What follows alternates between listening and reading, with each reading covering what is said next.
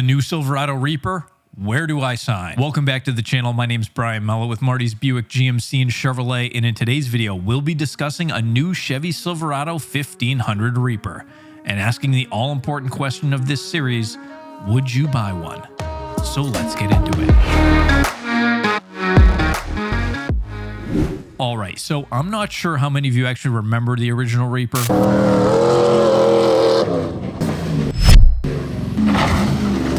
But it was a truck that came out back in 2014 as a GM answer to, of course, Ford's Raptor. And although I'm sure the Ford fans will disagree with me, the Reaper could outperform the Raptor back then, which was at the time in its first generation, in pretty much every category. For starters, the Silverado Reaper was built in partnership with Lingenfelter Performance Engineering, a company that was founded back in 1973 and is globally recognized in the performance engineering industry, most notably, of course, in the Corvette community. Mother of God. And if you're watching this and you're in the Corvette community, I'm sure you're shaking your head because you know Lingenfelter.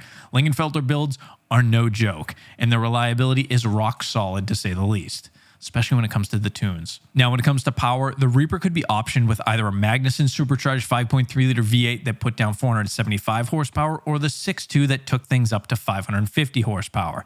And keep in mind that the Raptor at the time was rated right around 411, if I remember correctly, so that was a pretty big deal. The Silverado Reaper also came equipped with a Corsa Performance exhaust system, and when it came to suspension, well, that came courtesy of Fox Racing.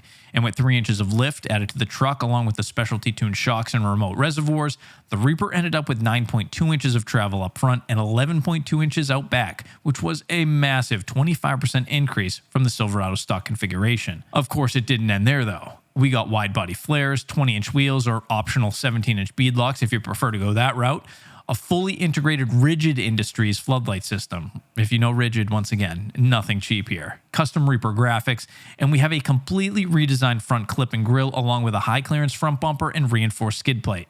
It was an epic truck. It checked off pretty much all the boxes, and you could order it right from your dealer, and it was covered, of course, by a factory warranty. The biggest problem with the Reaper, in my opinion, outside of the, I'll admit, controversial front-end design, was its limited availability.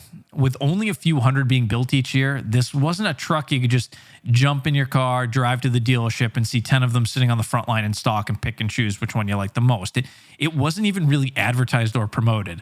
So unless you were really into performance trucks, you probably wouldn't even have known this thing existed. In fact, let me know in the comments below if you even knew this thing existed.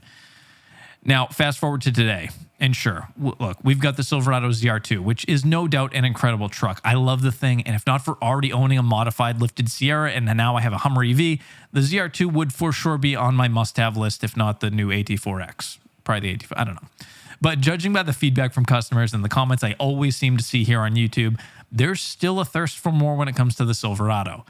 So, as I'm known to do from time to time, I connected with my good friend and super talented artist, Oscar Vargas, known on Instagram as WBArtist20, to discuss what a new 2024 Silverado Reaper would look like if GM were to bring back the high-performance truck to market today.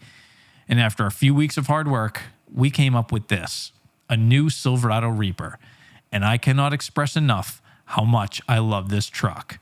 I actually did a video a while back about the things I wished the ZR2 had, and this thing pretty much checked off all the boxes of all the things and all my complaints, and I'll leave a link to that video right here for you to check out if you want. But we started off this design with, of course, the current generation Silverado ZR2, as that sort of seemed to be the most obvious choice. Starting with this front image here of the truck, you can see we've got a blacked out grille with the Reaper branding in the bottom corner and a big oversized flow tie, allowing more air to get into that engine bay to feed the supercharged 6.2-liter engine that we have, of course, got under the hood. We've got amber marker lights, an even higher approach front bumper over the standard ZR2, red toe recovery hooks, and you should be able to notice just how much wider the truck is, and that's all thanks to these custom designed wide body fenders, which allow for 35-inch off-road tires that we mounted to custom gloss black beadlock capable wheels. Do you love it yet? Jumping back to this image, you can get a better look at the sculpted cowl hood with the 6.2-liter badging and the blue tubing that you're seeing, or blue tube, I should say, hiding behind the tire inside that driver's side wheel well is, of course, a sure sign that this truck is equipped with GM's Multimatic DSSV suspension system because, well, duh. As we go around the side of the truck, Oscar created some custom graphics for the bedside, and if I bring you in for a closer look, You can see that we've got the Grim Reaper ready to bring the Raptor and the TRX, or T-Rex, to their final destination. At the rear of the truck, you can get a better look at the widened bed sides, as well as the blacked out bow tie, easy step rear bumper, and trailer tow package. Now, I know I mentioned a supercharged 6.2 liter because if I had it my way, under the hood would be some variant of the LT4 as the power plant, and that's because I honestly just think that that makes the most sense for this truck. 650 horsepower and 650 pound-feet of torque at only 9 pounds of boost would make this truck an absolute monster. T-Rex, Raptor R, stop. And there is no doubt in my mind that this thing would fly off dealership lots. There'd be a waiting list. People would be lining up for this. So with all that said, it's time to ask the all-important question of the series: would you buy one? For me, I would be one of the first people in line to bring this thing home. I've been working for Marty's Buick GMC and Chevy for over a decade in a GM dealer. And as a huge performance enthusiast, all I've ever wanted is a true factory-built, supercharged, full-size pickup to roll off the GM assembly line. And I know I'm not alone there.